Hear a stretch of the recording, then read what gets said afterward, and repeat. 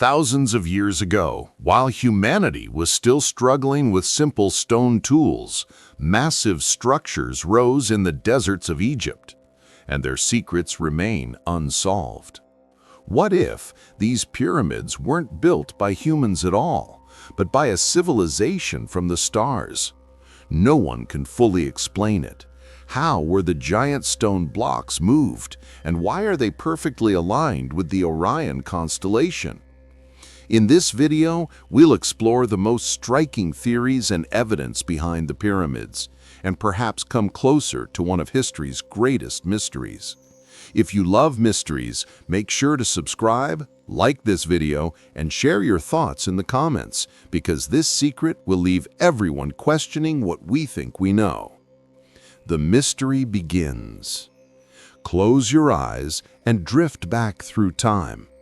Picture the Giza Plateau not as a tourist destination, cluttered with cameras and crowds, but as it stood 4,500 years ago.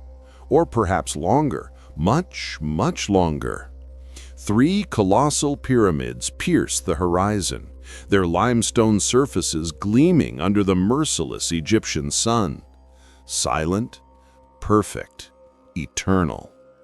But here's what makes you pause. These weren't just tombs. These were statements, messages, perhaps warnings. The Great Pyramid of Khufu towers 146 meters into the sky.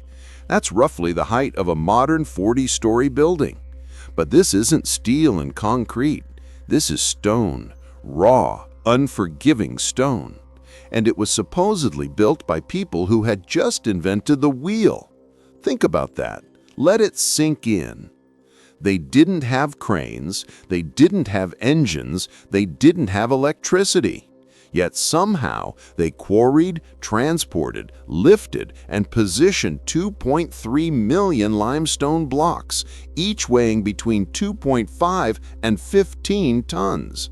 Some granite blocks in the King's Chamber weigh 80 tons. That's the weight of approximately 50 cars. Stacked, balanced, placed with surgical precision. According to conventional Egyptology, this entire structure was completed in roughly 20 years during Pharaoh Khufu's reign. Let's do some simple mathematics together.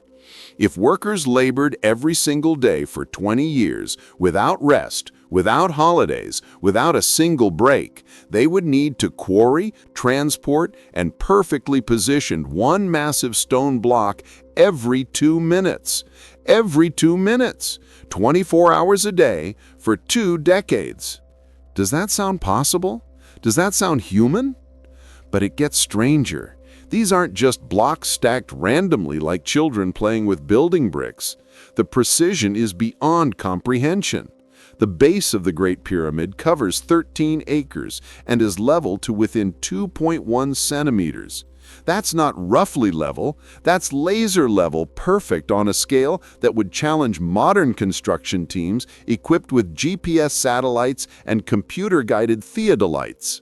So how did ancient workers with copper tools and wooden ramps accomplish what we struggle to replicate today? Let me take you deeper into this impossibility. The stones aren't just stacked, they're fitted together with such exactness that you cannot slide a razor blade between them. Modern stonemasons using diamond-tipped saws and computer-guided machinery struggle to achieve joints this tight. Yet we're told this was accomplished with copper tools. Testing has proven that copper tools can barely scratch limestone. Granite, forget it. Granite is one of the hardest stones on Earth, yet the King's Chamber is lined with massive granite blocks that fit together so perfectly, so seamlessly, that you'd swear they were poured, not carved. And then there are the internal chambers, the Grand Gallery, the King's Chamber. These spaces feature enormous granite beams weighing 70 tons suspended overhead. One miscalculation, one slip during installation, and the entire chamber would have collapsed, killing everyone inside and potentially destabilizing the pyramid's core. Yet there they hang, stable, unmoved, for thousands of years. If the ancient Egyptians possessed such extraordinary engineering capabilities, where's the evidence of development? Where are the practice pyramids showing gradual technological advancement? Where's the learning curve? Yes, there are earlier pyramids, the step pyramid of Djoser, the bent pyramid of Snefru, but here's the problem. Many of these earlier pyramids show structural failures. The bent pyramid actually had to have its angle changed mid-construction because it was collapsing under its own weight. Engineers realized the slope was too steep and adjusted it halfway up, giving it that distinctive bent appearance. So how did technology supposedly jump from near catastrophic failure to absolute architectural perfection in less than a generation? How did builders go from a pyramid that almost fell apart to the Great Pyramid, which has stood unshaken for millennia? And here's what's even more puzzling. After the Great Pyramid, things got worse. Later pyramids are smaller, less precise, structurally inferior. The Pyramid of Menkaure, built just decades after Khufu's, is significantly smaller and less sophisticated. This isn't the pattern of advancing technology. This is the pattern of copying something you don't fully understand. Imagine finding a smartphone in an ancient Roman ruin, then discovering that later Romans tried to recreate it but could only manage crude imitations that didn't work. That's essentially what we're seeing with the pyramids. The Great Pyramid stands as a singular achievement, surrounded by inferior copies. Now consider this. The Egyptians were meticulous record keepers. They documented everything. Religious beliefs filled temple walls with thousands of hieroglyphs. Medical knowledge survives in detailed papyri. Administrative records track grain shipments, worker rations, tax collections. They wrote about battles, about pharaohs, about daily life. Yet for the Great Pyramid, supposedly their greatest architectural achievement, we have almost nothing. No construction manual, no step-by-step guide, no architect's name, no detailed inscriptions inside claiming credit. The only reference to Khufu inside the entire pyramid is a single cartouche daubed in red paint on a hidden beam, discovered by Colonel Howard Weiss in 1837.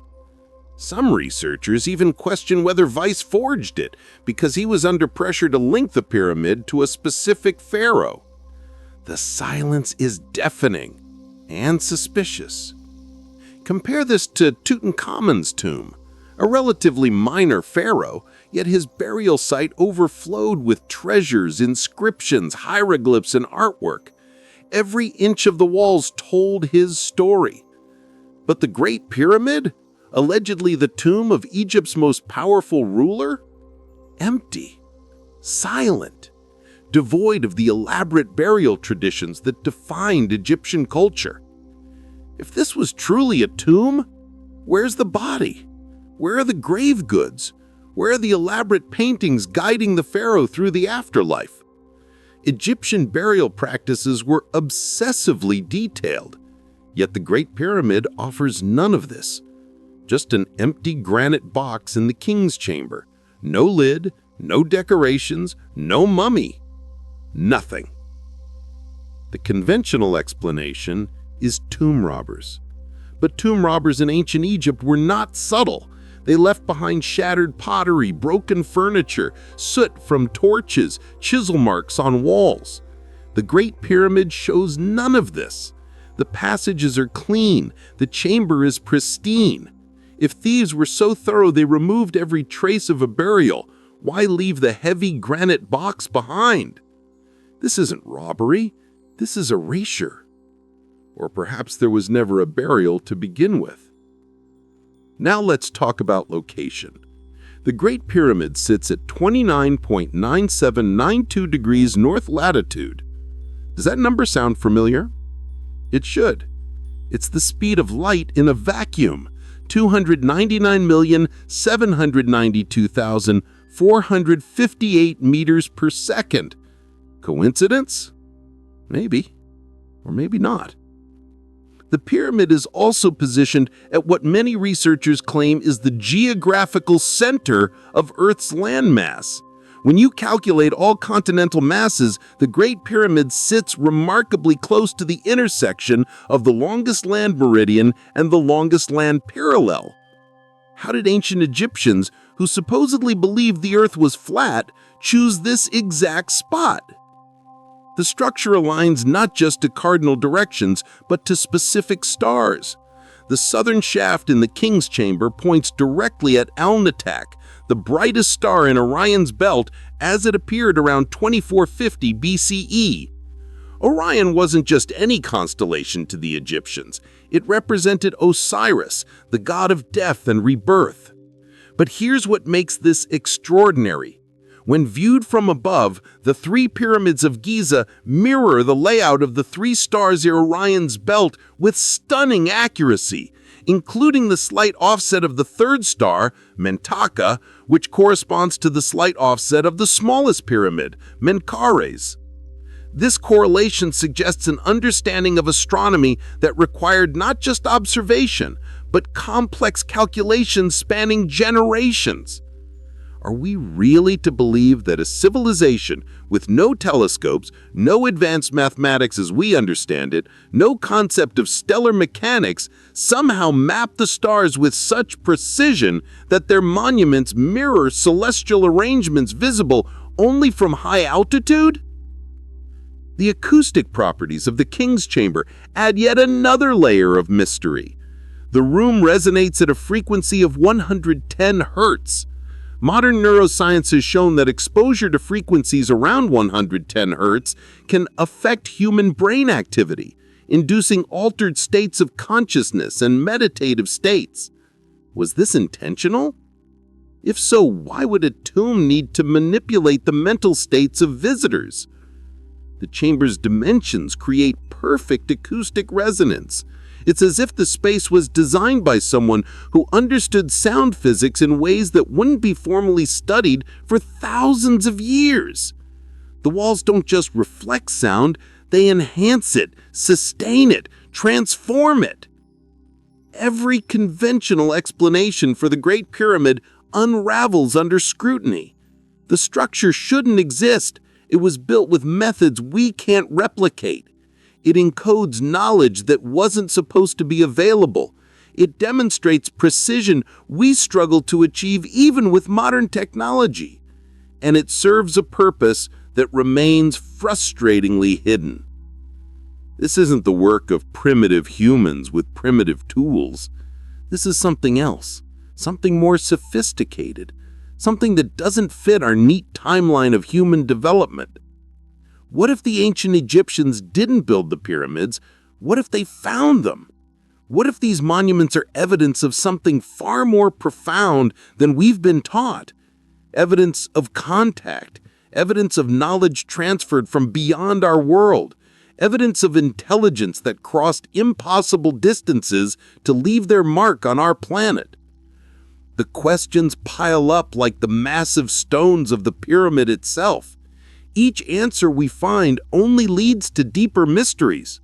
Each explanation we offer crumbles under examination. The Great Pyramid stands as a monument not just to ancient ambition, but to our own ignorance. Because if we can't explain how the pyramids were built, then perhaps we're asking the wrong question. Perhaps the question isn't how, but who? Or more accurately, what? The desert wind whispers tonight across the Giza Plateau, carrying questions that have waited millennia for answers. The pyramids stand silent, but their silence speaks volumes. They're waiting.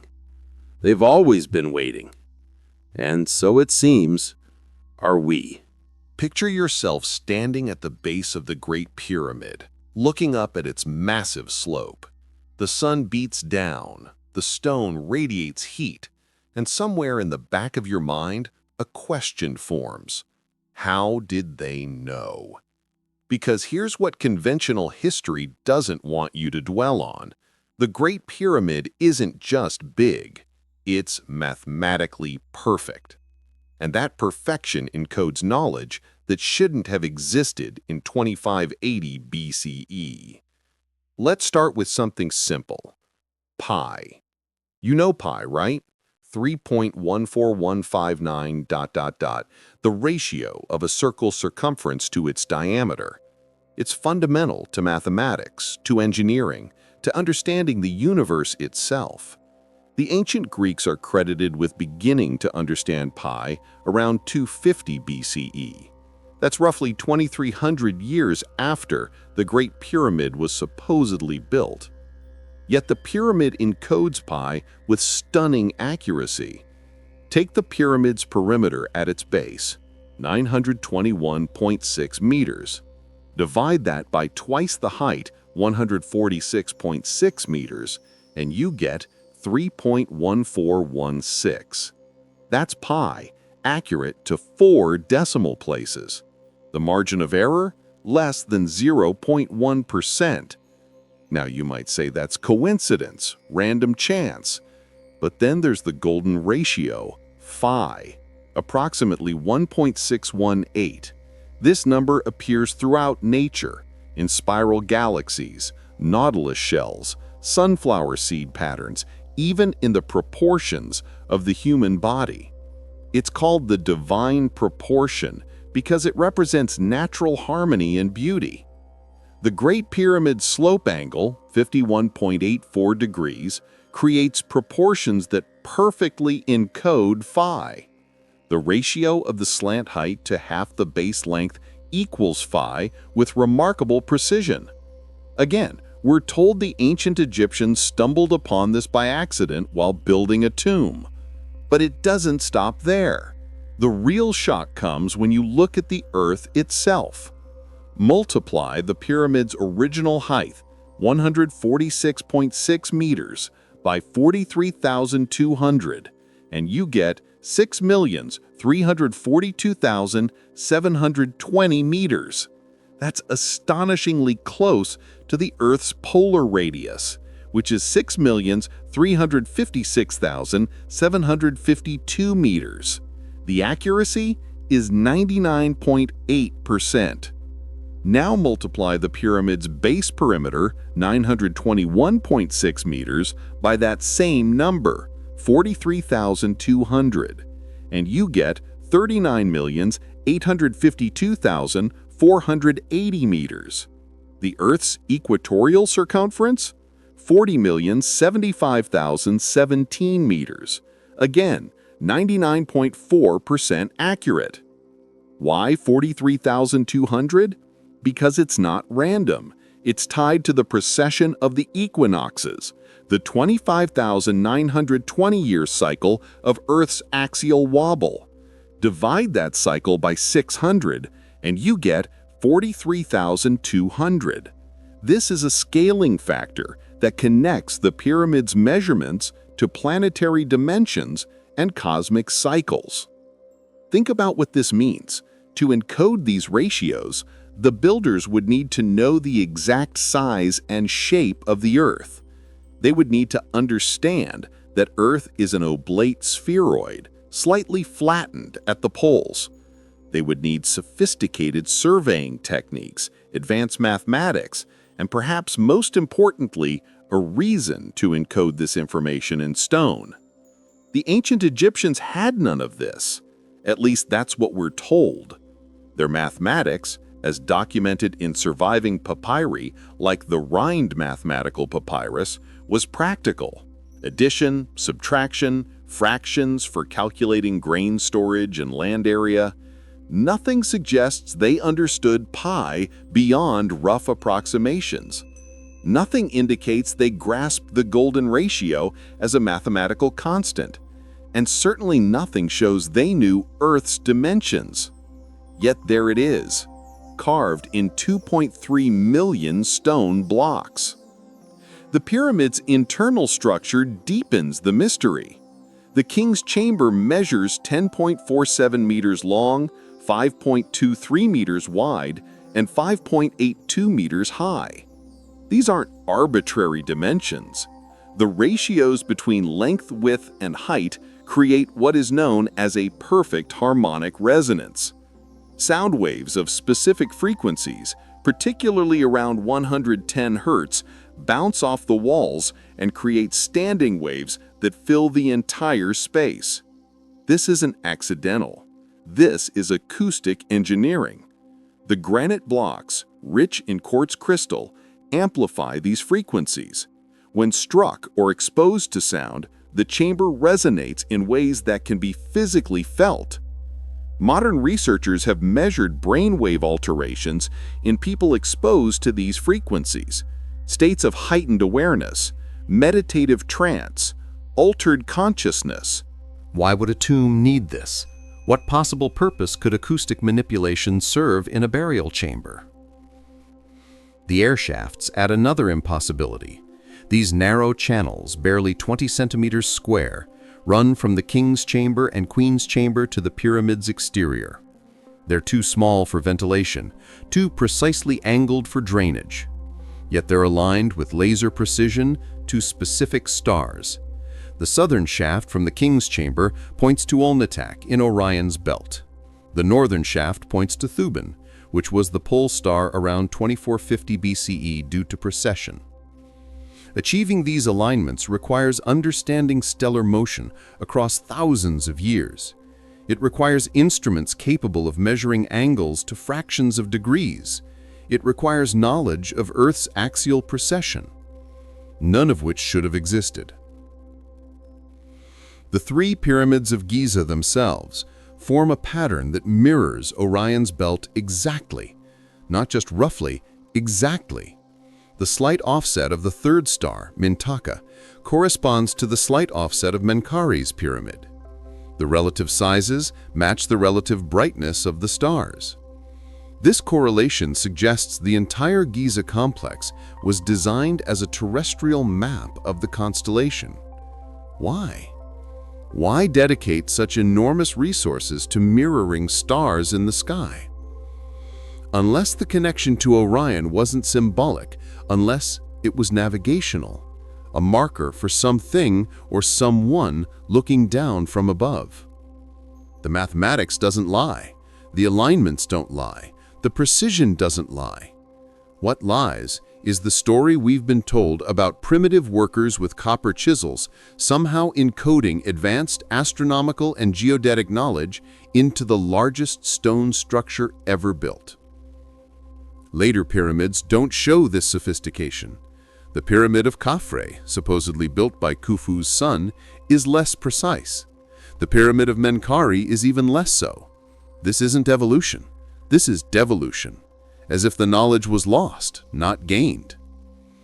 As if someone left a blueprint that the Egyptians tried to copy but couldn't fully understand. The Great Pyramid's base alignment to true north, with an error of only 3 arc minutes, requires a level of surveying that rivals modern technology. To put that in perspective, the Paris Observatory, built in 1667 with the best instruments of the Renaissance, has a 6 arc-minute error. The Great Pyramid is twice as accurate, built supposedly 4,000 years earlier with no instruments at all. Every measurement reveals more impossibilities. The pyramid's mass is estimated at 5.9 million tons. Its center of mass aligns with its geometric center with such precision that the structure has remained stable through countless earthquakes, invasions, and 4,500 years of time. Modern engineers call this perfect weight distribution. Ancient Egyptians supposedly achieved it by accident.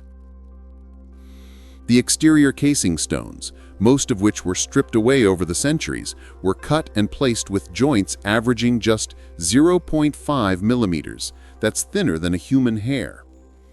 Over 144,000 casing stones, each weighing about 15 tons, fitted together so perfectly that you couldn't see the joints from a distance. The entire pyramid appeared as a smooth, gleaming surface. Creating joints this tight requires modern diamond-tipped tools and computer-guided cutting, yet we're told this was accomplished with copper saws and sand abrasive. The Great Pyramid's encoded mathematics isn't just impressive, it's impossible for its time.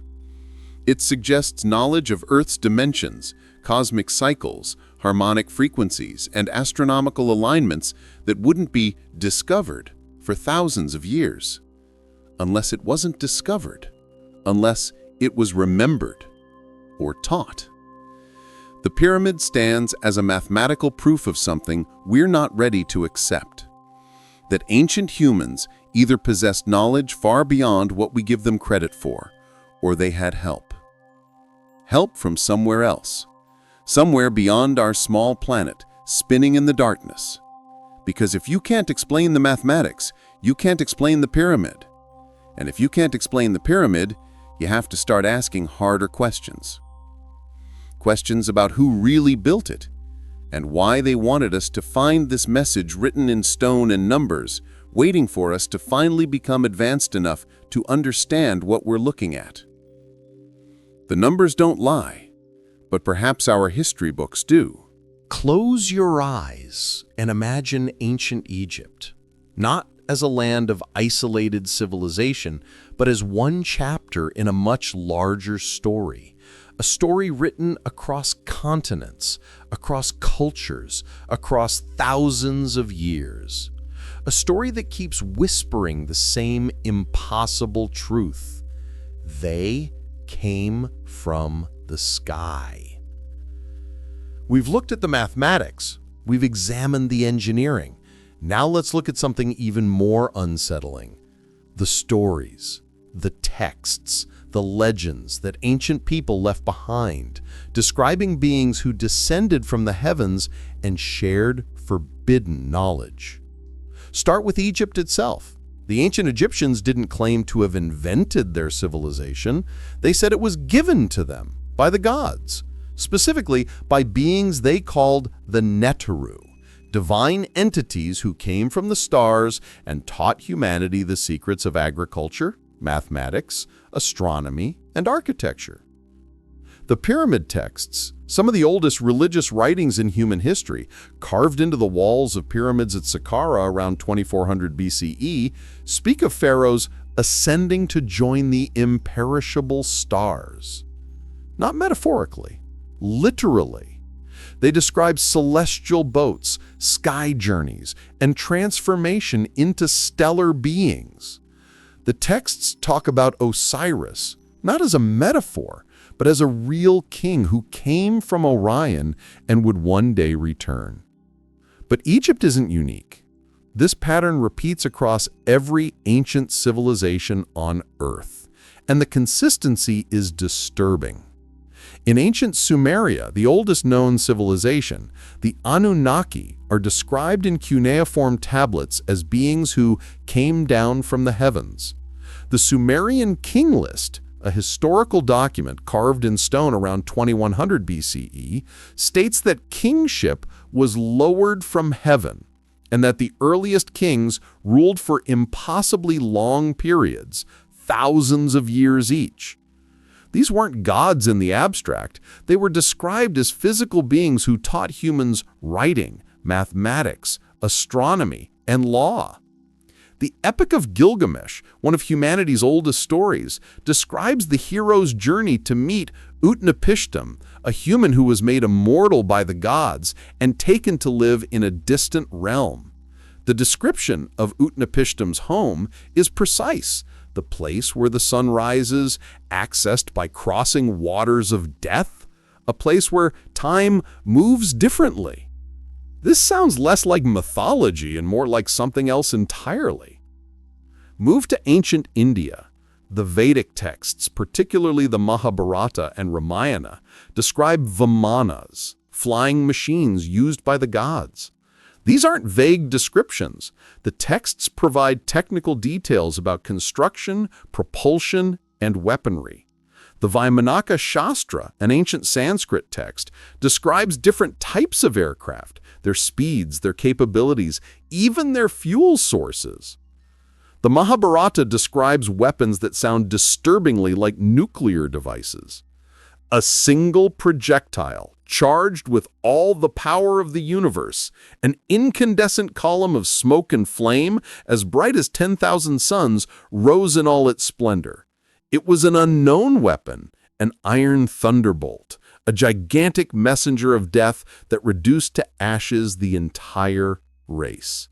The aftermath describes symptoms consistent with radiation poisoning: hair and nails falling out, pottery breaking without cause, birds turning white.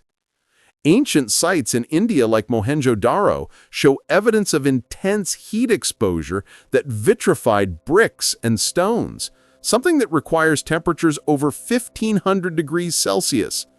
Nuclear testing in the 1940s produced similar effects. In Central and South America, the Mayan Popol Vuh and Aztec codices speak of gods who came from the stars and created humanity. Quetzalcoatl, the feathered serpent god, was described as a tall, pale-skinned being with a beard who came from across the sea, or, according to some interpretations, from the sky. He taught the people agriculture, astronomy, and mathematics, then promised to return one day. The Nazca lines in Peru, massive geoglyphs carved into the desert floor, are only fully visible from high altitude. Some stretch for kilometers. They depict animals, geometric patterns, and strange figures that look remarkably like landing strips when viewed from above. Why create art that can only be appreciated from the sky unless you expected someone in the sky to see it? The Dogon tribe of Mali, West Africa, presents perhaps the most compelling case. With no telescopes, no advanced instruments, the Dogon have known for centuries that Sirius, the brightest star in our night sky, is actually a binary system. They knew Sirius B, a white dwarf companion star, existed long before Western astronomers discovered it in 1862. They knew its orbital period, approximately 50 years, with remarkable accuracy. When anthropologists asked how they knew this, the Dogon elders said their ancestors were visited by the Nomo, amphibious beings from the Sirius system who came in a spinning, descending craft that made a loud noise and kicked up dust. The Nomo taught them astronomy and told them about their home system. The Dogon carved these visitors into rock art, showing creatures in what look like helmets or diving suits. Skeptics argue this knowledge was contaminated by contact with Western astronomers, but the Dogon oral traditions describing Sirius B predate Western contact by centuries, passed down through generations in secret initiations. Even the Bible, stripped of theological interpretation, contains descriptions that sound remarkably like contact with advanced technology. Ezekiel's vision describes a craft descending from the sky, wheels within wheels, covered in eyes, windows perhaps, accompanied by noise and wind, piloted by beings that glowed like metal. When NASA engineer Joseph Blumrich analyzed Ezekiel's technical description, he concluded it matched the design of a spacecraft with rotating components. The Book of Enoch, removed from the biblical canon, describes watchers, angels who descended from heaven, took human wives, and taught humanity forbidden knowledge, metallurgy, cosmetics, astrology, and weapons of war. These watchers weren't abstract spirits. They were described as physical beings who ate, drank, and produced offspring. Ancient Chinese texts speak of the lung, celestial dragons who flew through the sky and shared wisdom with emperors. Japanese Shinto traditions describe the kappa, beings from the water who wore streamed suits. Aboriginal Australian Dreamtime stories tell of sky heroes who came in the dreaming and created the landscape. The pattern repeats. Across every continent, across every ancient culture. Beings from the sky, advanced knowledge appearing suddenly, monuments built with impossible precision, and always the promise that they would return. Now here's where it gets uncomfortable. What if these weren't metaphors? What if ancient people were describing exactly what they saw, but we've been trained to dismiss their accounts as primitive mythology? Consider what an ancient human witnessing modern technology would think. A helicopter would be a metal bird. A flashlight would be captured sunlight. A radio would be voices from the air. They would describe what they saw using the only frame of reference they had. What if the ancient texts describing fiery chariots, celestial boats, and flying palaces were doing the same thing, describing spacecraft using Bronze Age vocabulary? The Great Pyramid sits at the center of this global pattern. It's not isolated. Similar massive stone structures appear around the world, all built during roughly the same period, all with astronomical alignments, all with precision that defies their supposed technological capabilities. Göbekli Tepe in Turkey, dated to 9600 BCE, features T-shaped pillars weighing 20 tons, carved with sophisticated reliefs and aligned to stars. It predates agriculture, it predates writing, yet it demonstrates knowledge of astronomy and engineering that shouldn't exist. Puma Punku in Bolivia features megalithic stones cut with such precision they appear machine-made. The joints are perfect, the surfaces are flat to microscopic tolerances. H-shaped blocks fit together like Lego pieces. Carbon dating places construction around 1500 BCE, yet the Inca, who supposedly built it, had no written language and no knowledge of the wheel. The Baalbek stones in Lebanon include blocks weighing over 800 tons, precisely cut and positioned. Modern cranes struggle with loads this heavy. The largest mobile crane in the world has a maximum lifting capacity of 1,200 tons, and it requires extensive preparation, multiple cranes working in concert, and modern engineering knowledge. Yet these blocks were quarried, transported up a hillside, and placed with precision thousands of years ago. Teotihuacan in Mexico, with its massive Pyramid of the Sun, is laid out in precise geometric patterns aligned to astronomical events. The city plan incorporates mathematical constants. The distance between structures encodes the same ratios we see at Giza. Yet the Teotihuacanos, like the Egyptians, left no written explanation of how or why they built it. Across the Pacific, Easter Island features massive moai statues, some weighing 80 tons, transported across the island and erected on platforms. The Rapa Nui people were supposedly isolated for thousands of years with primitive tools, yet they accomplished engineering feats that baffle modern researchers. The global distribution is too consistent to ignore. Similar structures, similar precision, similar astronomical knowledge, similar legends of sky gods, all appearing during roughly the same historical window. And here's where it gets unsettling. Many of these cultures had no contact with each other. The Pacific Ocean separated the Americas from Asia. The Atlantic separated Europe from the Americas. Yet the architectural techniques, the astronomical alignments, and especially the stories of beings from the sky are remarkably consistent.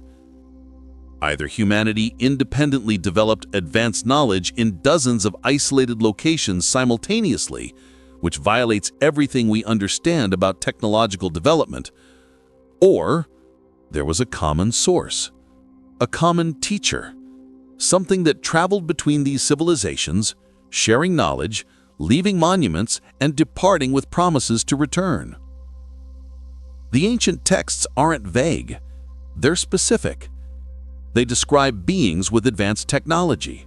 They describe flying craft. They describe weapons that sound like energy weapons. They describe genetic manipulation, with gods creating humans or creating hybrid beings. They describe astronomical knowledge that wouldn't be rediscovered for thousands of years. Egyptian hieroglyphics at Abydos show what look like remarkably like helicopters, submarines, and aircraft. The mainstream explanation is that these are overlapping older hieroglyphs creating coincidental shapes. But look at them yourself. Ask yourself, which explanation requires more faith? Coincidence or depiction? The Dropa stones found in caves on the border of China and Tibet allegedly contain inscriptions describing spacecraft that crashed 12,000 years ago, piloted by beings called the Dropa, who were unable to repair their craft and eventually integrated with local populations. The Chinese government has been notably silent about these artifacts. We're taught to dismiss these accounts as mythology, primitive people's attempts to explain natural phenomena they didn't understand. But what if we have it backwards? What if we're the primitive ones, unable to understand what our ancestors were trying to tell us? The evidence isn't just in Egypt. It's global. It's consistent. It's waiting in plain sight for us to stop dismissing it and start asking the obvious question: if every ancient culture describes contact with beings from the sky, if every ancient civilization demonstrates knowledge they shouldn't possess, if monuments around the world encode the same impossible precision, then maybe, just maybe, they're all describing the same thing. Something came here. Something taught us. Something left behind structures that would survive long enough for us to rediscover when we finally became advanced enough to recognize them for what they are: messages, markers, proof. The ancient texts aren't myths, they're memories. Memories of when we weren't alone. Memories of when the gods walked among us. And memories of their promise to return. The only question is, are we ready for when they do? Let's talk about something that makes archaeologists uncomfortable: the tools. Or rather, the complete absence of the tools that would be necessary to build the pyramids. We're told the ancient Egyptians used copper chisels, wooden mallets, and stone hammers. These are the tools found in excavations. These are the tools displayed in museums. These are the tools that textbooks show us. But here's the problem. These tools cannot do what they supposedly did. Modern experiments have proven this conclusively. In 1984, Japanese researchers attempted to build a scale model of the Great Pyramid using ancient Egyptian techniques. They had copper tools, wooden sledges, and unlimited manpower. They failed. The copper tools wore down too quickly. The wooden sledges broke. The ropes snapped. After spending millions of dollars, they eventually gave up and used modern machinery to complete even their small-scale model. Similar attempts by other researchers have yielded the same results. The tools don't work. The math doesn't add up. The timeline is impossible. So how was it actually done? Let's start with the granite blocks in the king's chamber. Granite is one of the hardest stones on Earth, ranking 7 on the Mohs hardness scale. Copper ranks 3. You cannot cut a harder material with a softer one. It's physically impossible. Yet the granite blocks in the pyramid are cut with precision that rivals modern machining, with surfaces flat to within fractions of a millimeter. The cuts are so precise that researchers have found marks suggesting the use of rotary saws. Not back-and-forth hand saws, but powered circular saws, cutting through solid granite. The cut marks show a feed rate that would require extreme downward pressure and rotational speed. The geometry of the cuts suggests saw blades at least 9 feet in diameter. In 1995, engineer Christopher Dunn conducted a detailed analysis of the granite surfaces in the king's chamber. He found tool marks that, according to his calculations, would require machinery capable of cutting through granite at a rate of 1 inch per minute. Modern diamond-tipped saws, the hardest cutting tools we have, can achieve about 1/10 that speed. The sarcophagus in the king's chamber presents another impossibility. It's carved from a single block of solid granite. The interior is hollowed out with perfect 90-degree angles at the corners. Try to visualize that for a moment. Creating perfect inside corners requires tools that can reach into tight spaces while maintaining exact angles. Modern machinists use specialized computer-guided equipment for this. The ancient Egyptians supposedly did it with copper chisels and sand. The exterior of the sarcophagus shows marks consistent with tubular drilling. These aren't crude holes. These are precision-drilled cores that spiral into the granite with a feed rate that modern drill bits can barely match. The spiral grooves are evenly spaced, suggesting a powered drilling mechanism rotating at high speed with consistent pressure. Christopher Dunn discovered something even more remarkable. The drill marks show a feed rate of 0.100 inch per revolution. To put that in perspective, modern diamond-tipped drill bits, operating with thousands of pounds of pressure, achieve about 0.0002 inches per revolution when drilling granite. The ancient drill was 500 times faster. What technology could accomplish that? What power source? What materials? The precision isn't limited to cutting. The massive granite beams in the ceiling of the king's chamber, each weighing 70 tons, are positioned with tolerances measured in millimeters. They've been there for 4,500 years without shifting, without cracking, supporting millions of tons of weight above them. Modern structural engineers marvel at this achievement.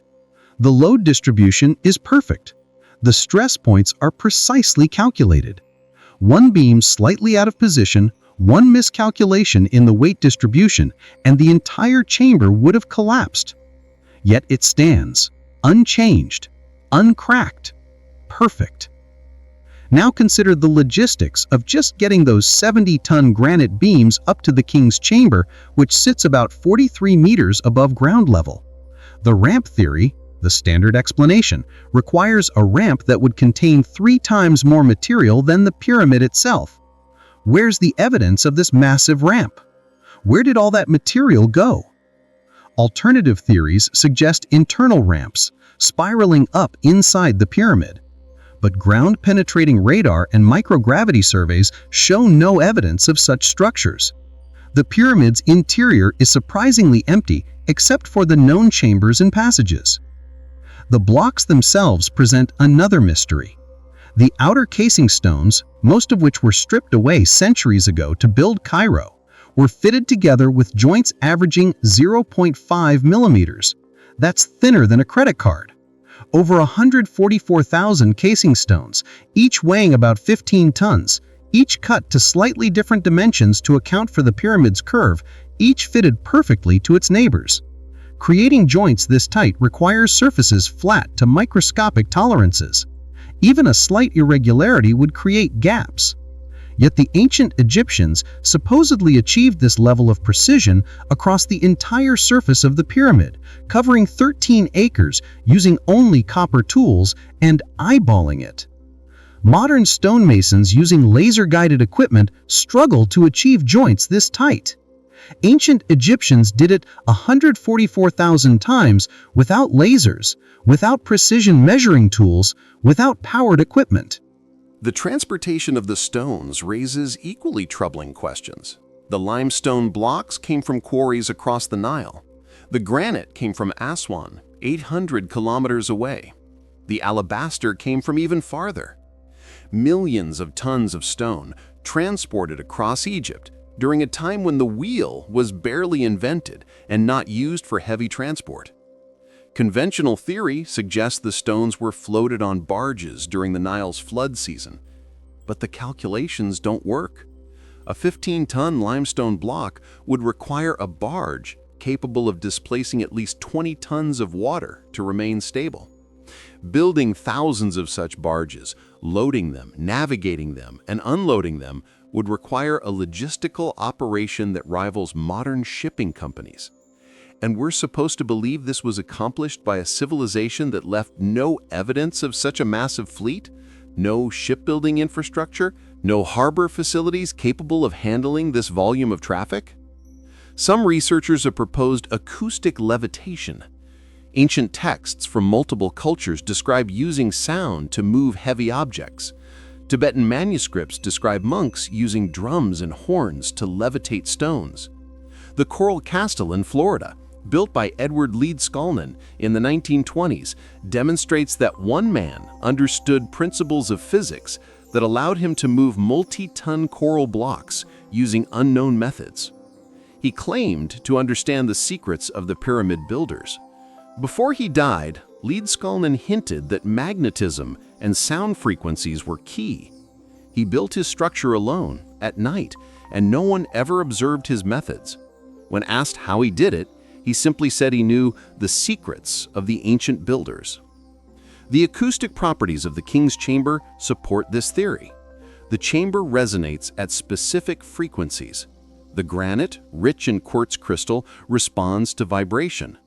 Quartz is piezoelectric, meaning it generates an electrical charge when subjected to pressure or vibration. The entire chamber could, theoretically, function as a giant resonator, amplifying and focusing sound waves. Could the ancient builders have understood harmonic resonance in ways we've forgotten? Could they have used sound frequencies to reduce the apparent weight of massive stones? It sounds like science fiction, but physics allows for such possibilities. Acoustic levitation is real. We can levitate small objects in laboratories today using sound waves. Scale up the technology, and who knows what becomes possible. Then there's the question of the interior passages. The Grand Gallery, with its corbelled ceiling rising 8.6 meters high, demonstrates architectural sophistication that shouldn't exist in 2580 BCE. The stones are laid in overlapping layers, each layer slightly overhanging the one below, creating a self-supporting vault that is held for millennia. The ascending passage, leading from the entrance to the Grand Gallery, is so precisely aligned that when the French mathematician Jean-Baptiste Joseph Fourier visited in the early 1800s, he could see a star through the passage from the entrance, proving the alignment hadn't shifted in over 4,000 years. The shafts extending from the King's Chamber and Queen's Chamber are equally precise. They maintain their angles through 60 meters of solid limestone without deviation. Modern construction using laser guidance can barely match this. The ancient Egyptians supposedly achieved it by eye, in complete darkness, cutting through solid limestone. The interior chambers are ventilated in ways that suggest understanding of airflow and pressure that wouldn't be formally studied until the Renaissance. The temperature inside the King's Chamber remains constant year-round at 20 degrees Celsius, regardless of the scorching desert heat outside. The humidity is controlled, the air is fresh. This suggests a ventilation system designed with precision. Some researchers propose the pyramid was never a tomb at all, but a machine. Engineer Christopher Dunn argues it was a power plant, using the aquifer beneath it, the granite resonating chambers, and the precise geometry to generate electromagnetic energy. The chemicals used in supposed burial chambers match exactly what you'd need for a chemical reaction that produces hydrogen. Mainstream archaeology dismisses these theories as fringe speculation, but mainstream archaeology also can't explain how the pyramid was built with the tools they claim were used. They can't replicate it, they can't demonstrate it. They just insist it must be true because the alternative is too uncomfortable. The alternative is that the technology used to build the pyramids was far more advanced than we're willing to admit.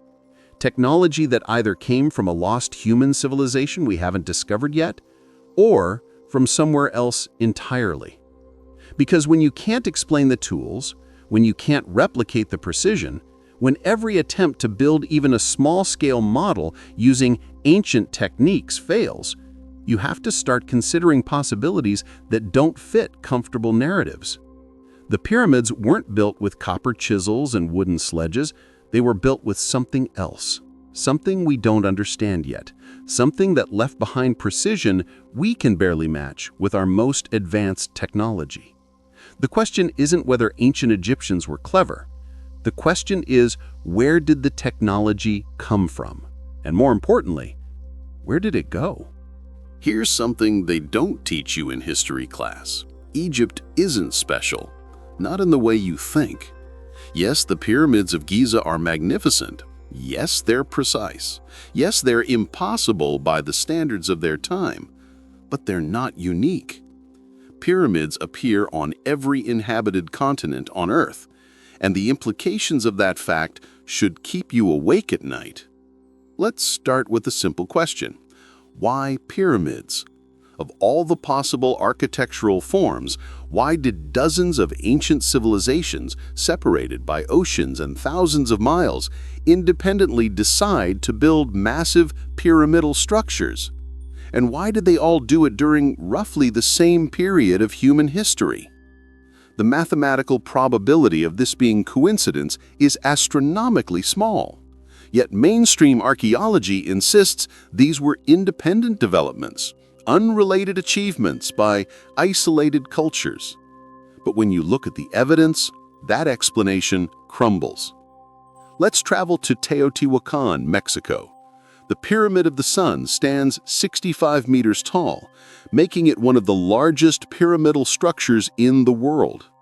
It was built around 200 CE, according to conventional dating, though some researchers argue for much earlier construction. Here's what makes it impossible to dismiss. The base of the Pyramid of the Sun measures 225 meters on each side. The Great Pyramid of Giza measures 230 meters. The difference is just 2%. The Teotihuacan Pyramid sits at approximately 19.5 degrees north latitude. Multiply that by pi, and you get roughly 61.2. The angle of the pyramid's slope, approximately 61 degrees. This is the same mathematical encoding we see at Giza. Pi embedded in the structure's dimensions, astronomical alignments, precise orientation to cardinal directions. Yet we're told the Teotihuacanos had no contact with Egypt. They developed independently on the other side of the world and somehow arrived at the same mathematical constants, the same architectural principles, the same astronomical knowledge. The entire city of Teotihuacan is laid out in a grid pattern aligned 15.5 degrees east of true north. This isn't random. This specific angle aligns the city's main avenue, called the Avenue of the Dead, with the setting of the Pleiades star cluster, the same star cluster that held special significance in Egyptian, Sumerian, and Mayan astronomy. The Pyramid of the Sun contains exactly 2.5 million tons of material, almost identical to the Great Pyramid's mass. The mathematical ratios between the width and height encode phi, the golden ratio. The distances between major structures in Teotihuacan mirror planetary distances in our solar system when converted to scale. Coincidence or blueprint? Now travel south to Peru. The mountains near Cusco hide some of the most impossible stonework on Earth. At Sacsayhuaman, massive megalithic blocks, some weighing over 200 tons, are fitted together with such precision that you cannot slide a piece of paper between them. The blocks are not rectangular, they're polygonal, with irregular shapes featuring multiple angles and curves, yet they fit together perfectly. Modern engineers cannot explain how this was accomplished. The cuts are so precise, the weight distribution so perfect, that the walls have survived centuries of earthquakes that destroyed Spanish colonial buildings constructed on top of them. The Inca, who supposedly built these walls, had no written language, no knowledge of the wheel, and used only bronze tools. Yet they created joints that modern laser cutting equipment would struggle to replicate. At Ollantaytambo, another Peruvian site, massive pink granite blocks form a temple structure. The granite came from a quarry on the opposite side of a valley, across a river, and up a mountain.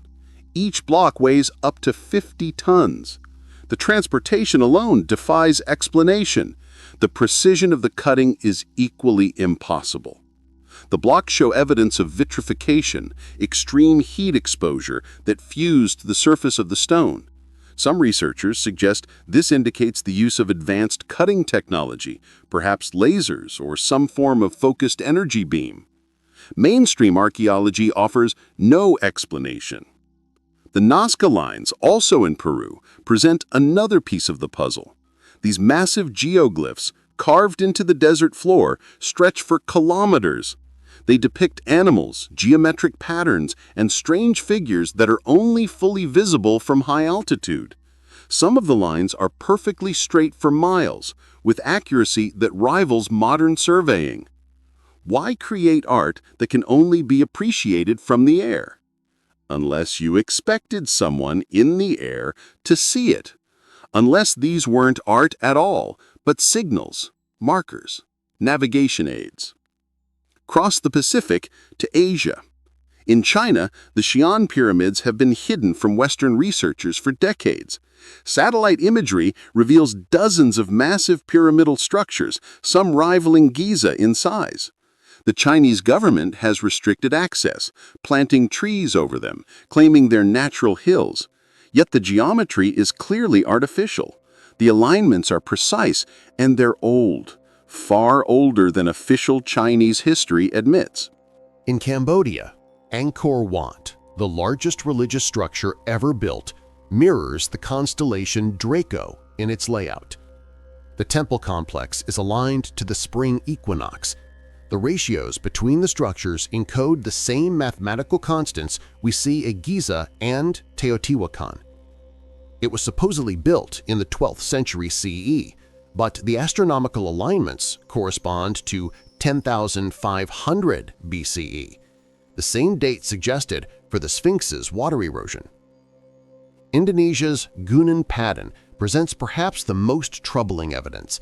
This massive megalithic site was dismissed as a natural hill until ground-penetrating radar revealed artificial chambers beneath the surface, descending over 100 meters deep. Carbon dating of organic material in the structure suggests construction began around 20,000 BCE, making it potentially the oldest pyramid structure on Earth. The Indonesian government initially supported research, then abruptly shut down excavations when the implications became clear. A structure this old, this sophisticated, challenges everything we think we know about human civilization. If humans were building massive megalithic pyramids 20,000 years ago, what happened to that civilization? Where did the knowledge go? In Bosnia, researcher Samir Osmanjak claims to have discovered massive pyramids hidden under overgrown hills. Mainstream archaeology dismisses these as natural formations, but ground-penetrating radar shows artificial chambers, and the geometric precision of the structures is difficult to explain naturally. The Bosnian Pyramid of the Sun, if legitimate, would be the largest pyramid on Earth, standing 220 meters tall. Whether you accept the Bosnian pyramids or not, the pattern remains undeniable. Pyramids everywhere, on every continent, all featuring similar design principles, similar mathematical encoding, similar astronomical alignments. Göbekli Tepe in Turkey, dated to 9600 BCE, features T-shaped megalithic pillars arranged in circles. The structures align to stars. The carvings depict animals and symbols that appear in later cultures thousands of miles away. It predates agriculture, predates cities, predates everything we think we know about the development of civilization. Yet it demonstrates knowledge of astronomy, engineering, and mathematics that shouldn't exist in the Stone Age. The builders carved hard limestone with precision, moved 20-ton blocks without metal tools or wheels, and created structures that have survived 11,000 years. The site was deliberately buried around 8000 BCE. Someone filled in these incredible structures with rubble and dirt, preserving them for future discovery. Why? Who buries their greatest architectural achievement? Unless they knew something was coming. A cataclysm, a flood, a reset, and they were preserving knowledge for whoever came after. The global distribution of pyramids and megalithic structures forms a pattern. Plot them on a map. Notice how many align to key latitudes and longitudes. Notice how they form geometric relationships with each other. The distance from Giza to certain other sites encodes mathematical constants. The angles between sites create patterns that mirror constellations. Some researchers argue this is a global grid, an ancient network of power generation or communication. The pyramids weren't tombs or temples. They were nodes in a worldwide system built by a civilization that spanned the globe long before our recorded history begins. The Piri Reis map, drawn in 1513 CE, but based on much older source maps, shows Antarctica without ice. The coastline is accurate to the actual shape of the continent under the ice, which we didn't discover until the 20th century using ground-penetrating radar. How did ancient mapmakers know what Antarctica looked like 10,000 years ago before the ice sheets formed? The answer suggests a civilization with global reach, with advanced navigation, with the ability to accurately survey the entire planet. The same civilization that built the pyramids, the same civilization that appears in the flood myths of every culture, the same civilization that, according to Plato, vanished in a single day and night of catastrophe. Whether you call it Atlantis or something else, the evidence points to a global civilization that existed before our history books begin, a civilization that built monuments designed to survive catastrophe, monuments that would endure long enough for future humans to rediscover and hopefully understand. The pyramids aren't isolated achievements. They're connected. They're part of a network. And that network suggests something our history books don't want to acknowledge. We're not the first. We're not the most advanced civilization this planet has seen. We're just the ones who survived long enough to forget. But the monuments remember. The stones remember. And they're waiting for us to finally understand what they're trying to tell us. That we've been here before. That we've built great things before. And that we've fallen before. The question is, are we wise enough this time to learn from the stones left behind by those who came before us? Or are we doomed to repeat the cycle, leaving our own mysterious monuments for the next civilization to puzzle over? Let's talk about what you're not allowed to know. Not because it doesn't exist, but because someone decided you shouldn't see it. In 1993, a German robotics engineer named Rudolf Gantenbrink sent a small robot called Upuaut 2 into one of the narrow shafts of the Great Pyramid.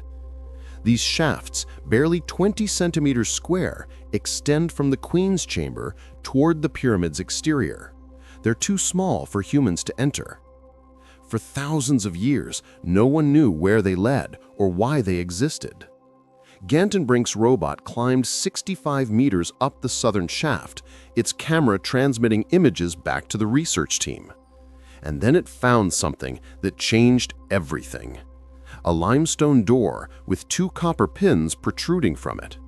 Not a natural blockage, not a collapsed section, a door, sealed, deliberate, hiding something. The discovery made headlines worldwide. What was behind the door? What had been sealed for 4,500 years? The world waited for the obvious next step. Open it and find out. But that's not what happened. Within weeks, Gantenbrink's contract with the Egyptian authorities was abruptly terminated. His access to the pyramid was revoked. The research was halted. No explanation was given. The door remained sealed. For 9 years, nothing happened. The door became a forbidden topic. Egyptologists who asked questions were quietly discouraged. The Egyptian Supreme Council of Antiquities simply refused to discuss it. Finally, in 2002, a new team was granted permission to investigate. They brought a more advanced robot equipped with a drill and a fiber optic camera. The world watched live on television as the robot drilled through the limestone door. The camera pushed through the hole and revealed another chamber, empty, silent, with another door on the far wall. 2 doors, 2 barriers, protecting what? The broadcast ended. The expedition was declared complete. No further investigations were authorized. The second door remains unopened to this day. 22 years later, we still don't know what's behind it. Why? What could possibly be behind those doors that warrants this level of suppression? If it's nothing, as authorities claim, why not simply open them and prove it? The silence speaks louder than any official statement ever could. But Gantenbring's door is just one example. The pattern of suppression around the pyramids runs deep and goes back decades. In the 1930s, an excavation team working beneath the Sphinx reportedly uncovered a chamber between its paws. Workers described it as artificially constructed, with carved walls and what appeared to be an entrance to a deeper network of tunnels. The chamber was photographed, reports were filed, and then it was backfilled, filled with sand and rubble, and sealed. No official explanation was ever given. The photographs disappeared. The reports vanished from archives. When researchers later requested access to investigate, they were told nothing had been found. The chamber didn't exist. Yet elderly workers who had been there still tell stories of what they saw before it was buried again. In the 1980s and again in the early 2000s, ground-penetrating radar surveys were conducted beneath the Giza Plateau. The surveys revealed a complex network of chambers, tunnels, and voids beneath the pyramids and the Sphinx. Some of these spaces appeared to be natural limestone cavities, but others showed regular geometric shapes, right angles, and patterns that suggested artificial construction. Photographs from these surveys leaked to the public. They showed carved passages, stone steps descending into darkness, archways and chambers that don't match the rough, irregular patterns of natural cave systems. The spaces beneath Giza are not random. They're organized. They're deliberate. They're hiding something. When independent researchers tried to follow up on these findings, they were denied access. The Egyptian government, through the Supreme Council of Antiquities, declared that there was nothing there.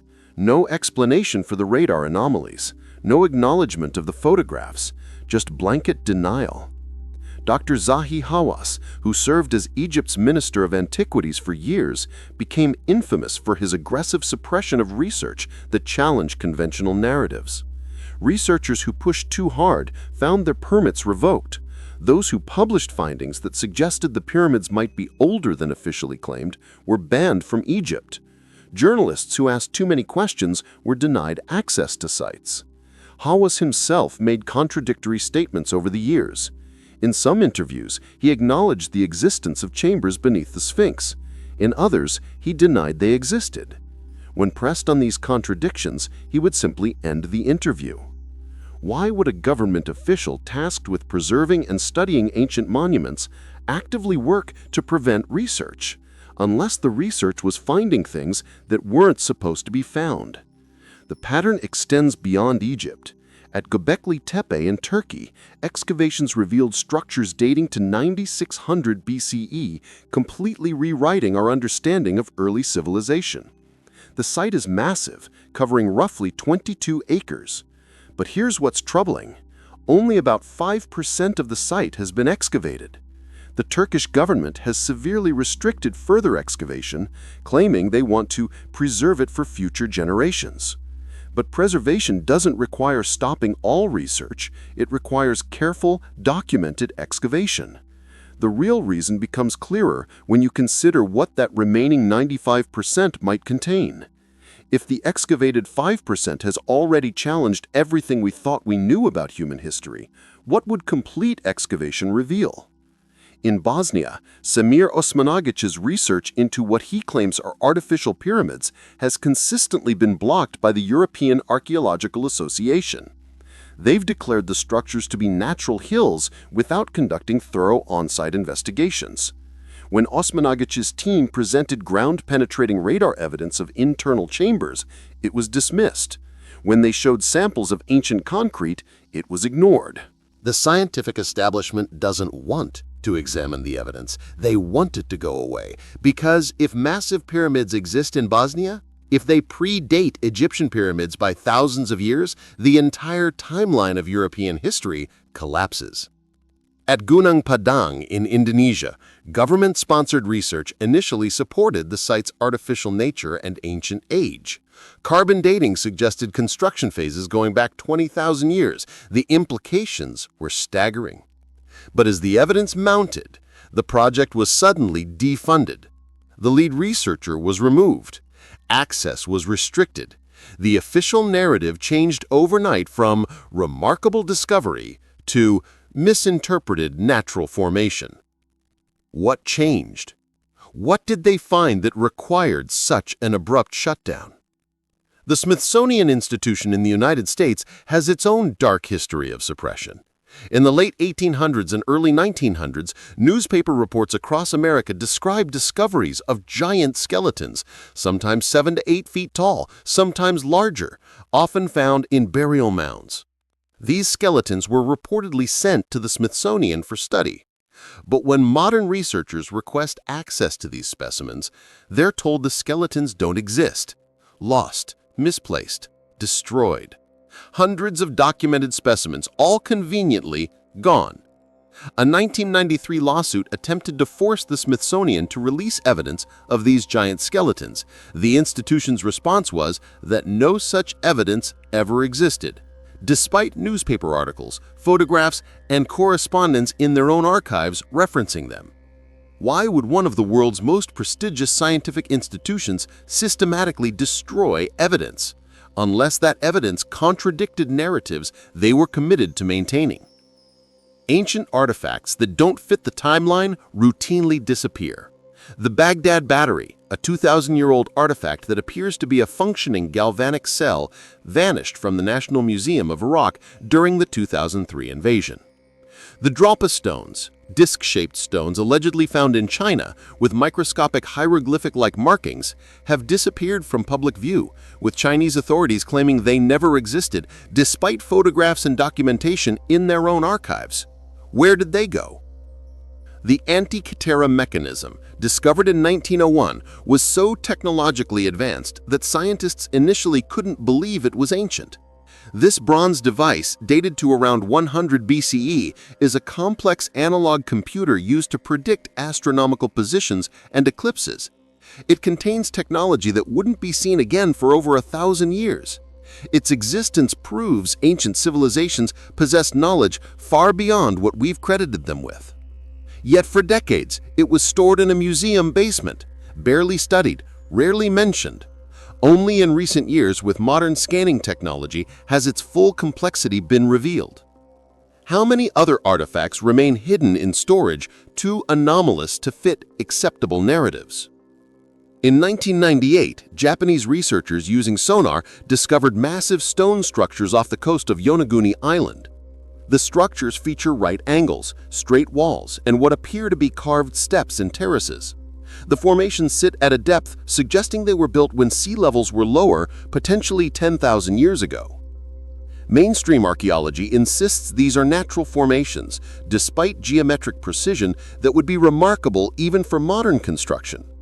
Independent researchers who want to conduct detailed studies are discouraged. The site remains largely unexplored, its secrets hidden beneath the ocean. The Dead Sea Scrolls, discovered in the 1940s, contain texts that challenged many conventional religious and historical narratives. Access to the scrolls was tightly controlled for decades. Scholars who weren't part of the approved team were denied access. When portions were finally released, significant sections remained classified. What's in those unreleased portions? Why can't the public see them? The Vatican Library contains an estimated 35,000 volumes of texts, many of which have never been cataloged or made available to researchers. Ancient manuscripts, historical documents, and texts from civilizations long gone sit in climate-controlled vaults, accessible only to a select few. What knowledge is being kept from humanity? What evidence of our true history remains locked away? Here's what all these examples share: a pattern of suppression by institutional authorities. When discoveries challenge accepted narratives, they're buried, literally or figuratively. When researchers ask uncomfortable questions, they're discredited or silenced. When evidence accumulates that humans might be far older and far more advanced than we've been taught, that evidence mysteriously disappears. This isn't conspiracy theory. This is documented fact. The sealed doors exist. The radar scans exist. The artifacts existed before they vanished. The newspaper reports are real. The photographs are real. The pattern is undeniable. Someone doesn't want us to know the truth about our past. Someone has decided that certain knowledge is too dangerous, too disruptive, too challenging to established power structures. And that someone has the authority to seal chambers, revoke research permits, make artifacts disappear, and rewrite history to suit a comfortable narrative. But they can't seal everything. They can't suppress every discovery. They can't silence every researcher. The truth leaks out. The evidence accumulates, and more people every day are starting to ask the obvious question: what are they so afraid we'll discover? What's behind those sealed doors? What's in those underground chambers? What do those missing artifacts prove? And most importantly, why are they so desperate to keep us from finding out? The stones may be silent, but their silence is a message in itself. The truth is there, waiting beneath the sand, behind sealed doors, in restricted archives, and no amount of suppression can keep it buried forever. The question is, are you ready to know what they've been hiding? Let's address the question everyone's been thinking, but few dare to ask out loud. If humans didn't build the pyramids with primitive tools and brute force, then who did? Or more accurately, what did?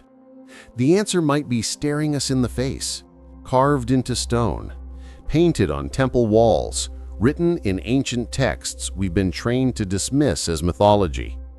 Perhaps our ancestors weren't creating myths at all. Perhaps they were documenting exactly what they saw. Look at the Abydos hieroglyphs in Egypt. In the Temple of Seti I, there's a section that shows images that shouldn't exist. Among the traditional Egyptian symbols, you'll find shapes that look disturbingly modern. A helicopter, a submarine, what appears to be a jet aircraft, carved in stone over 3,000 years ago. Mainstream Egyptologists explain these as palimpsests, older hieroglyphs that were plastered over and recarved, creating coincidental shapes when the plaster eroded. But look at the images yourself. Ask yourself, which requires more faith? Coincidence or depiction? How many times must random erosion patterns accidentally create shapes that match modern aircraft before we admit something else might be happening? The temple walls at Dendera contain another impossibility. The famous Dendera light relief shows what appears to be a large bulb or tube with a snake-like filament inside, mounted on a pillar that looks remarkably like an insulator. The figures hold objects that resemble cables. The entire scene looks like a technical diagram of an electrical device. Egyptologists insist it represents a lotus flower with a snake, but engineers who've examined it see something different. They see a design that matches the basic principles of a Crookes tube, a type of electrical discharge lamp that wouldn't be invented until the 1800s. Some researchers have even built working replicas based on the hieroglyphic design. The replicas produce light. Why would ancient Egyptians carve detailed technical diagrams of electrical devices they supposedly never invented? Unless they were recording technology they'd witnessed but didn't fully understand. Technology that came from visitors who arrived with knowledge far beyond Bronze Age capabilities. The Tully Papyrus, though its authenticity is disputed, describes an event during the reign of Thutmose III around 1480 BCE. It speaks of circles of fire appearing in the sky, brighter than the sun, silent and powerful. The pharaoh and his army watched as these objects flew overhead for several days before ascending higher and disappearing to the south. The description reads like a modern UFO sighting written 3,500 years ago. Travel to Nazca, Peru. The The lines, visible only from high altitude, stretch across the desert floor. Some depict animals. Others are geometric patterns. But some look distinctly like landing strips, long straight lines on elevated plateaus, clear of debris, as if prepared for something to land. Why create these massive geoglyphs that can only be appreciated from the air, unless you expected observers in the air? The local legends speak of gods who came from the sky in shining objects. The lines, they say, were created to welcome these visitors back, to show them where to land. At Tiwanaku in Bolivia, near the shores of Lake Titicaca, there's a stone gateway called the Gate of the Sun. It stands as a remnant of a civilization that vanished mysteriously around 1000 CE. The gate is carved from a single piece of andesite, weighing approximately 10 tons. But it's what's carved on the gate that's remarkable. The central figure, often called the Gateway God, wears what looks like a helmet with extended appendages. The face is stylized, but the proportions are unusual, almost non-human. In each hand, the figure holds objects that look technological, not organic. Some researchers see communication devices, others see weapons. What's undeniable is that these don't look like natural objects from the Andean environment. The Sumerians, in their cuneiform tablets, described the Anunnaki as beings who came from the sky. Not metaphorically, the texts provide specific details. They came from Nibiru, a planet in our solar system with an elongated orbit. They arrived seeking gold, which they needed for reasons the texts don't fully explain. They created humans through genetic manipulation to serve as workers in the mines. This sounds like science fiction, but it's written in some of humanity's oldest texts, predating the Bible, predating Egyptian civilization. The Sumerians, who gave us writing, mathematics, astronomy, and law, claimed they received this knowledge from beings who came from the stars. Their astronomical knowledge was impossibly accurate. They knew of planets that wouldn't be discovered until the telescope was invented thousands of years later. The Dogon tribe of Mali has no reason to know about Sirius B, a white dwarf star, invisible to the naked eye, orbiting Sirius A. Yet their oral traditions, passed down for centuries, describe it in detail. They knew its orbital period, approximately 50 years. They knew it was incredibly dense, the heaviest star. Modern astronomy confirmed these facts only after developing advanced telescopes. When anthropologists asked how they knew, the Dogon elders said their ancestors were visited by the Nomo, amphibious beings from the Sirius system who came in a spinning, descending craft that kicked up dust and made a tremendous noise.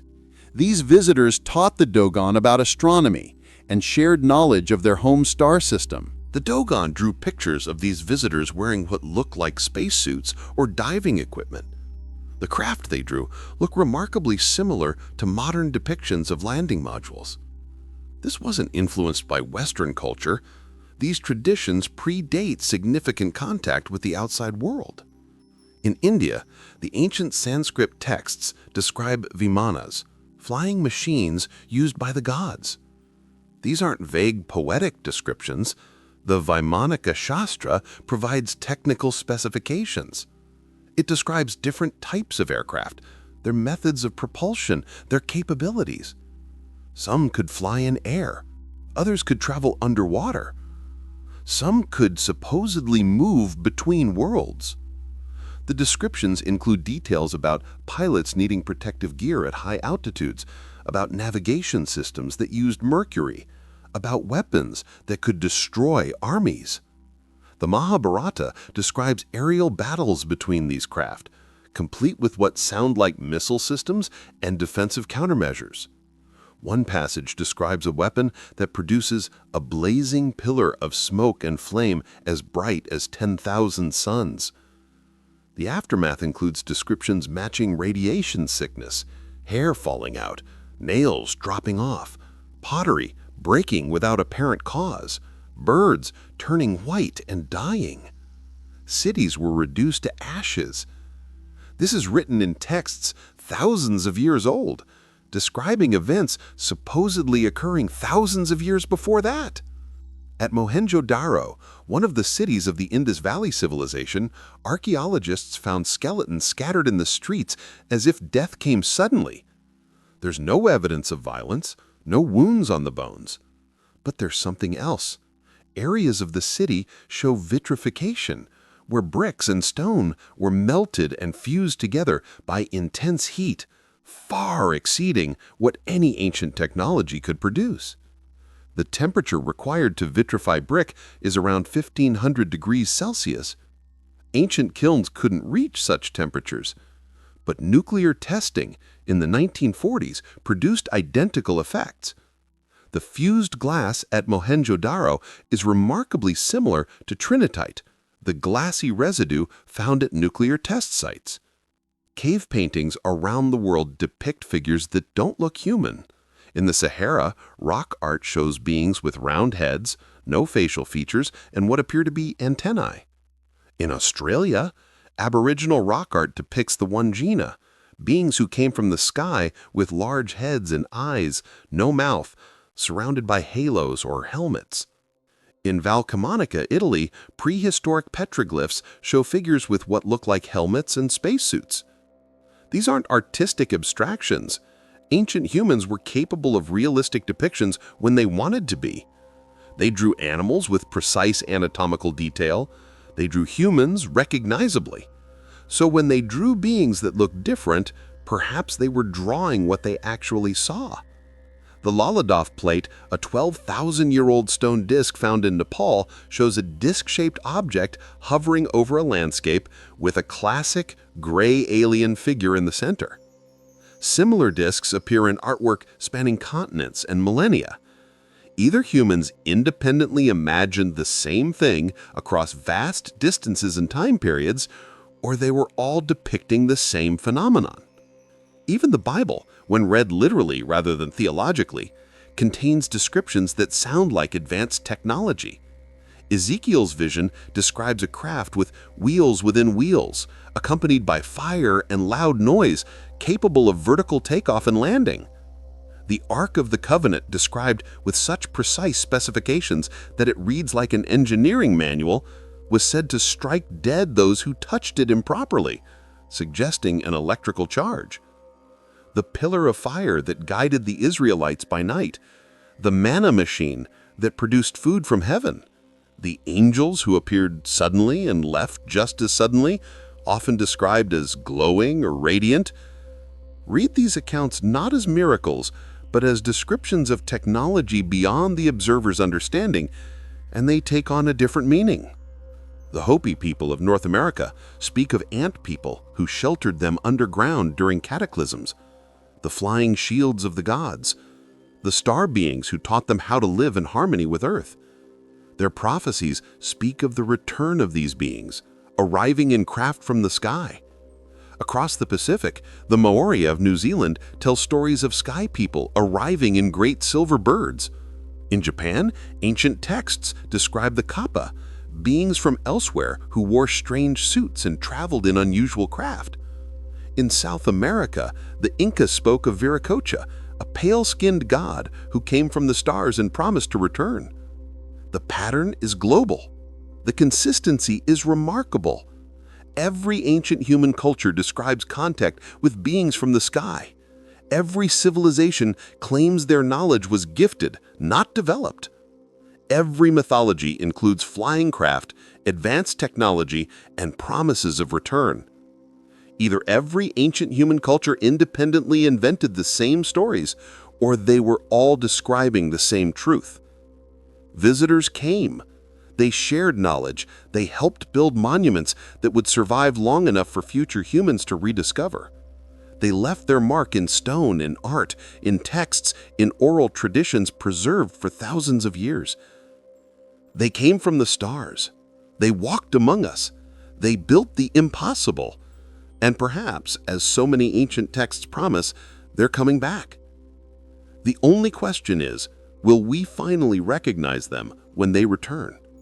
We've traveled through 7 episodes examining the impossible, the mathematics that shouldn't exist, the engineering that can't be explained, the global network of monuments built with precision we struggle to match, the suppressed evidence locked behind sealed doors, the ancient texts describing visitors from the sky, all of it pointing to one inescapable conclusion. We are not the first advanced civilization on this planet, and we may not have been alone. But there's one question we haven't fully addressed, the question that keeps researchers awake at night, staring at the stars. If they came before, are they coming back? Let's start with what the ancients themselves said, because they didn't just describe visitors who came and left, they described visitors who promised to return. The Egyptian texts speak of the first time, Zep-Tepi, when the gods walked among humans, but these same texts speak of a cycle, a return, when the gods will come back to judge humanity's stewardship of the knowledge they were given. The pyramid texts aren't just about pharaohs ascending to the stars. They're about the stars descending back to Earth. In Sumerian mythology, the Anunnaki didn't leave permanently. They departed, but they left behind the promise of return. The Epic of Gilgamesh ends not with finality, but with the understanding that the gods' absence is temporary. They will come back when the time is right, when humanity has either proven itself worthy or needs correction. The Mayan calendar, so often misunderstood, doesn't predict an end. It predicts a transition. The end of the 13th Baktun in 2012 wasn't about apocalypse, it was about the closing of one cycle and the beginning of another. The Maya spoke of this as the return of Kukulkan, the feathered serpent god who came from the stars. Not a metaphorical return, a literal one. Hopi prophecies describe the return of the Pahana, the lost white brother who will arrive from the sky in flying shields. The prophecies describe signs that will precede this return. Roads in the sky, houses that move across the land without horses, rivers that stop flowing. Many of these signs, Hopi elders say, have already come to pass. We live in the time of waiting. In Hindu cosmology, we're in the Kali Yuga, the age of darkness and degradation. But this age, like all ages, is cyclical. When it ends, Kalki, the 10th avatar, will arrive riding a white horse from the sky to begin a new golden age. The texts describe this not as a spiritual metaphor, but as a physical event. Even in traditions closer to modern times, the pattern continues. The cargo cults of the Pacific Islands emerged when isolated tribes encountered advanced technology during World War II. Seeing airplanes, radios, and manufactured goods for the first time, they interpreted these as gifts from gods. When the military bases were abandoned after the war, these tribes built replica airstrips, carved wooden radios, and performed rituals to bring back the gods who had given them cargo.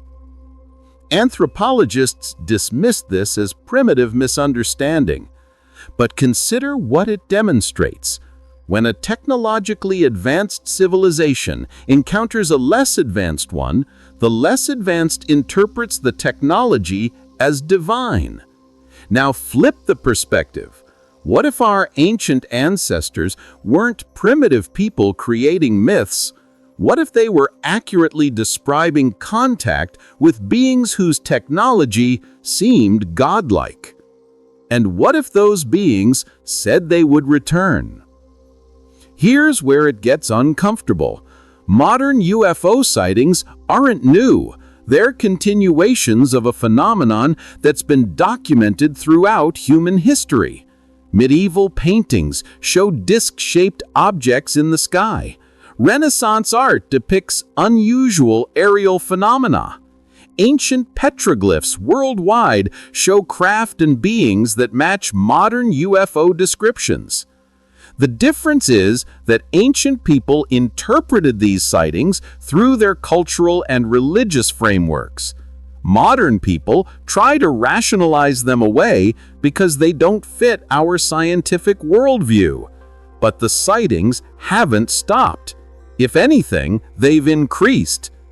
The 1947 Roswell incident, the 1952 Washington, D.C. flap, where UFOs appeared on radar over the Capitol, witnessed by thousands. The 1980 Rendlesham Forest incident in England, where military personnel encountered a craft that left physical evidence. The 2004 USS Nimitz encounter, where Navy pilots captured infrared footage of objects performing maneuvers that violate known physics. In 2017, the Pentagon officially acknowledged these videos were real. In 2021, the U.S. government released a report admitting that UFO encounters by military personnel are routine and unexplained. The stigma is lifting. The denial is cracking. Slowly, institutions are admitting there's something here we don't understand. But here's what they're not saying. This isn't new contact. This is continuing contact. The visitors never left. They've been monitoring us, observing us, perhaps waiting for us to reach a certain level of development before revealing themselves fully. Think about the pyramids from this perspective. They're not just monuments to dead kings. They're markers, beacons, proof that advanced beings were here. Time capsules containing mathematical and astronomical knowledge that we wouldn't understand until we reach a certain technological level. The pyramids are a test. Can we measure them accurately? Can we decode the mathematics? Can we understand the message? Only a civilization advanced enough to recognize the precision would understand what they're looking at. It's a filter, ensuring that only sufficiently developed civilizations would realize these structures are more than they appear. And now we have. We've measured the pyramids with laser precision. We've decoded the mathematics. We've recognized the astronomical alignments. We've discovered the anomalies, the impossibilities, the evidence of technology beyond what should have existed. We've passed the test. We've proven we're advanced enough to understand the message, which means we might be advanced enough for contact or recontact. The sealed doors in the Great Pyramid take on new significance in this context. What's behind those limestone barriers? What was deliberately hidden, waiting for us to find? What knowledge did the visitors leave behind, locked away until we developed the technology to access it safely? Ground-penetrating radar shows chambers beneath the Sphinx and pyramids, chambers that remain sealed, unexplored, protected by authorities who may know more than they're saying. What's down there? Ancient technology? Records of the visitors? Proof that would fundamentally change our understanding of human history and our place in the universe? Some researchers believe the pyramids themselves still function, that they weren't just built for the past, but for the future, that they serve as a communication device, perhaps transmitting signals into space, perhaps receiving them. The precision of their construction, the mathematical constants encoded in their dimensions, the cosmic alignments, all suggest a purpose beyond what we've imagined.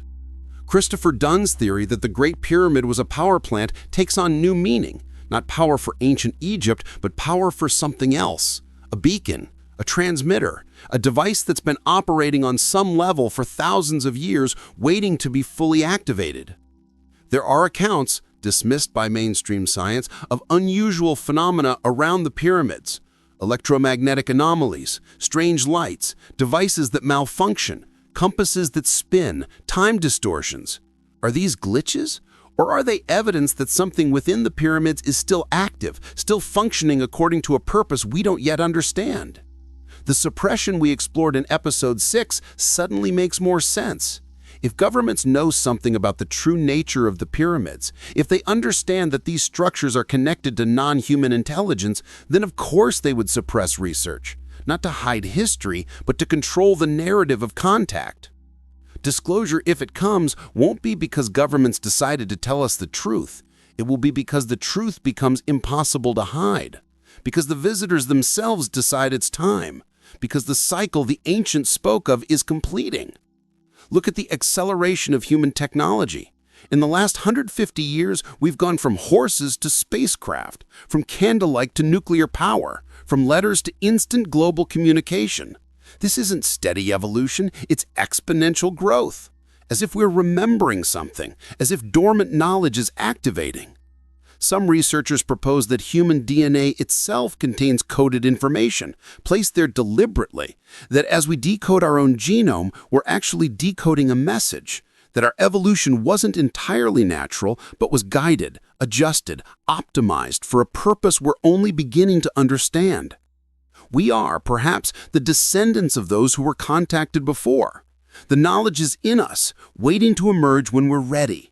The pyramids are external reminders, external storage of what's also encoded internally, a redundancy system ensuring the message survives. And now, standing at the edge of becoming an interplanetary species ourselves, reaching toward the stars, developing technology that approaches the impossible feats of the ancient builders, we're perhaps finally ready. Ready to understand, ready to remember, ready for the return. The ancient texts don't describe the return as a single event, they describe it as a process.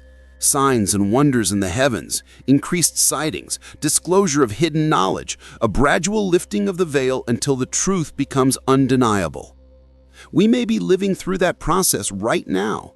The increase in UFO sightings and official acknowledgement, the ongoing research revealing more anomalies about ancient sites, the technological advances allowing us to see what was always hidden in plain sight, the collective awakening to the possibility that we're not alone and never were.